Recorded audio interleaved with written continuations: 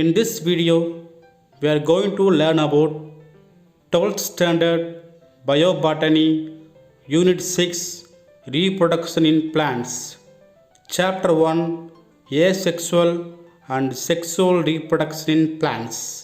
இந்த வீடியோவில் 12ஆம் வகுப்பு பாடம் உயிர் தாவரவியல் அலகு 6 தாவரங்களில் இனப்பெருக்கம் பாடம் 1 தாவரங்களில் பாலில்லா இனப்பெருக்கம் மற்றும் பால் இனப்பெருக்கம் பற்றி பார்க்க போகிறோம்.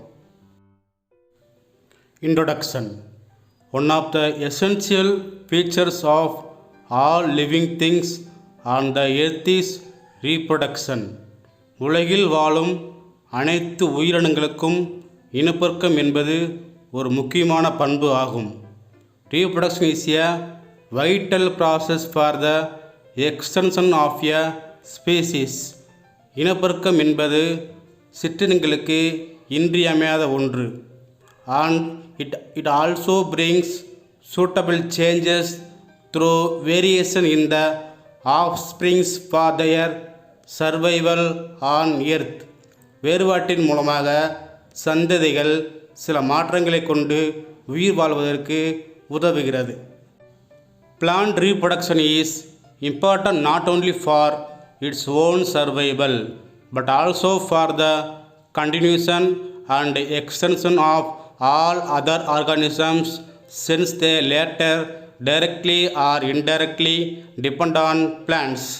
தாவர இனப்பெருக்கம் தாவரங்கள் உயிர் வாழ்வதற்கு மட்டும் அல்லாமல் தாவரங்களை நேரடியாகவோ மறைமுகமாகவோ சார்ந்து வாழும் அனைத்து உயிரினங்களுக்கும் இனப்பெருக்கம் உதவுகிறது. Reproduction also plays an important role in evolution. இனப்பெருக்கம் பரிணாம வளர்ச்சிக்கு முக்கிய பங்கு வகிக்கிறது. Basically, reproduction is classified into following two major categories. First one, asexual reproduction. Second one, sexual reproduction. இனப்பெருக்கமானது 2 வகைகளில் வகைப்பாடு செய்யப்படுகிறது. முதலாவது பாலில்லா இனப்பெருக்கம், இரண்டாவது பாலினப்பெருக்கம். Asexual reproduction. The reproduction method which helps to perpetuate its own species without the involvement of gametes is referred to as asexual reproduction. பாலில்லா இனப்பெருக்கம். இந்த இனப்பெருக்க முறையில் எந்த விதமான கேமெட்டுகள் ஈடுபடாமல் தனது சொந்த சிற்றினங்களை உருவாக்குகிறது. இதற்கு பாலில்லா இனப்பெருக்கம் என்று பெயர். From Unit 1 of Class 11, we know that reproduction is one of the attributes of living things and the different types of reproduction have also been discussed. Examples of asexual reproduction. First one, formation of gonidia. Example, Aspergillus and Penicillium. Second, budding, yeast and hydra. Third, fragmentation. Example, Spirogyra. Fourth, production of gemma. Example, Margansia. Fifth, regeneration. Example, planaria. Sixth, binary fission. Example, bacteria. பாலில்லா இனப்பெருக்கத்தின் எடுத்துக்காட்டுகள். முதலாவது conidia உருவாதல். எடுத்துக்காட்டு aspergillus மற்றும் penicillium. 2, மொட்டு விடுதல். எடுத்துக்காட்டு east மற்றும் hydra. 3, துண்டாதல். எடுத்துக்காட்டு spirogyra. 4, ஜெம்மா உருவாதல். எடுத்துக்காட்டு மார்கென்சியா. 5, மீள் உருவாதல். எடுத்துக்காட்டு பிளனேரியா. 5, இரு சம பிளவுறுதல். எடுத்துக்காட்டு பாக்டீரியா. வெஜிடேட்டிவ் ரீப்ரொடக்ஷன் தலைவெளி இனப்பெருக்கம். நேச்சுரல் மெத்தட் இயற்கை முறை. Natural vegetative reproduction is a form of asexual reproduction in which a bud grows and develops into new plant. தலைவெளி இனப்பெருக்கத்தில் ஒரு மொட்டு வளர்ந்து புதிய தாவரமாக வளர்கிறது. The buds may be formed in organs such as root, stem and leaf. At some stage, the new plant gets detached from the parent plant and starts to develop into a new plant.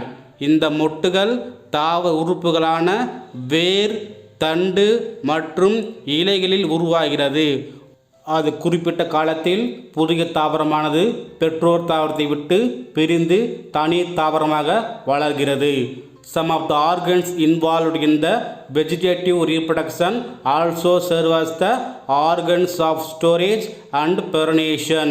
தலைவில் இனப்பெருக்கத்தில் ஈடுபடும் சில உறுப்புகள் உறுப்பு சேமிப்பு பகுதியாகவும் நீண்ட கால வாழும் தன்மை கொண்டவையாகவும் இருக்கும்.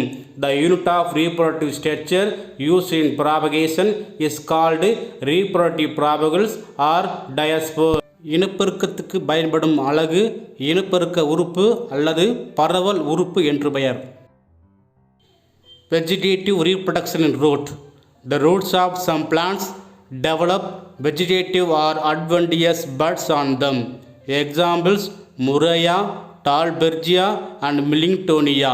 சில தாவரங்களில் வேறு பகுதிகளில் மாற்றிட மொட்டுகள் உருவாகிறது. எடுத்துக்காட்டு முரையா, டால்பெர்ஜியா மற்றும் மிலிங்டோனியா. Some tuberous adventitious root, apart from developing buds, also store food. Examples: Epomia patatas and Dahlia. சில கிழங்கு வகை மாற்றிட வேர்கள் உணவு சேமித்தலில் முக்கிய பங்கு வகிக்கிறது. எடுத்துக்காட்டு Ipomoea batatas and dahlia. Roots possessing buds become detached from the parent plant and grow into independent plant under suitable condition. வேர்களில் உள்ள மொட்டுகள் பெற்றோர் தாவரத்தை விட்டு பிரிந்து தனி தாவரமாக வளர்கிறது. Vegetative reproduction in stem.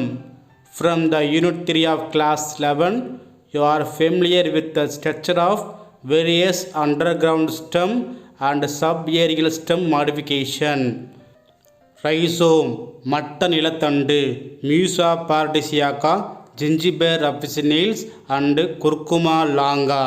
Calm, தரையடி கிழங்கு, Amorphophallus and Colocasia.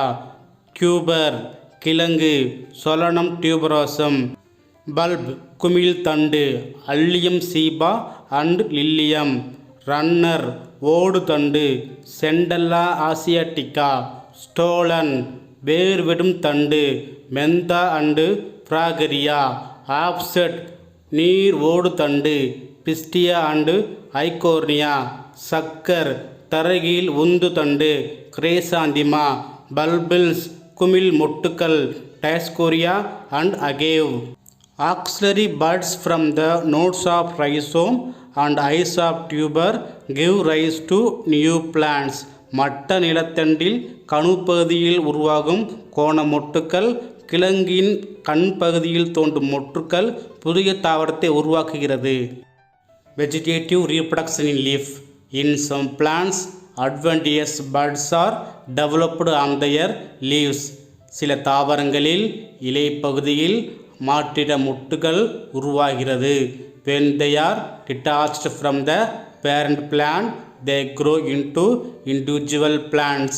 பின்பு அவை பெற்றோர் தாவரத்தை விட்டு பிரிந்து தனி தாவரமாக வளர்கிறது. Examples: Bryophyllum, Scilla and Begonia. In Bryophyllum, the leaf is succulent and nodes on its margin.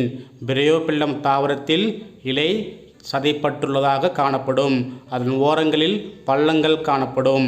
Adventitious buds develop at these nodes and are called epiphyllous buds. மாற்றிட மொட்டுகள் இந்த பள்ளங்களில் உருவாகிறது.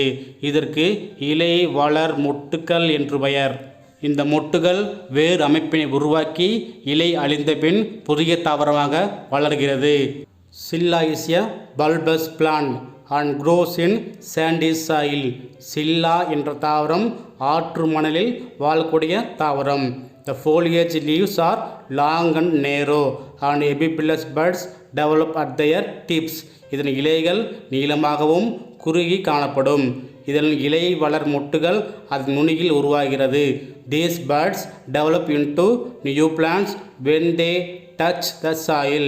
இந்த மொட்டுகள் மண்ணை அடைந்தவுடன் புதிய தாவரமாக வளர்கிறது.